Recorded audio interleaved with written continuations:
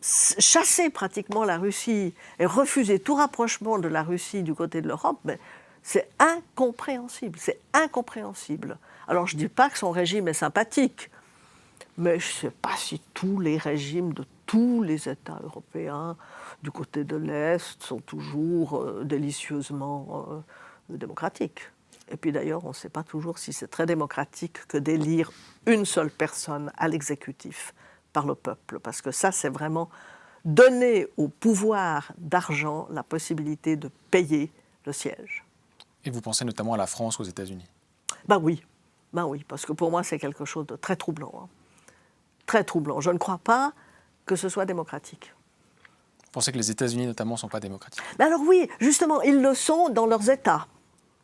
Mais la désignation, l'élection du président ou de la présidente, hein, la personne qui préside, qui a vraiment tous les pouvoirs à l'exécutif. Après, il se choisit ses ministres trio, etc., comme M. Macron. Enfin, c'est anecdotique presque, ça permet simplement d'avoir une bonne retraite. Mais en dehors de ça, ça n'est pas démocratique.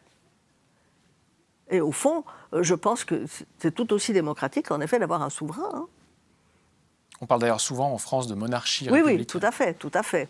Alors c'est vrai que c'est moins sensible dans d'autres pays européens. Et même en Angleterre, c'est encore un autre problème. Hein. Mais je pense que vraiment, notamment la France et les États-Unis sur le plan fédéral, hein, la France, évidemment, de toute façon, elle est toujours très centralisée, mais c'est à la limite le contraire de la démocratie.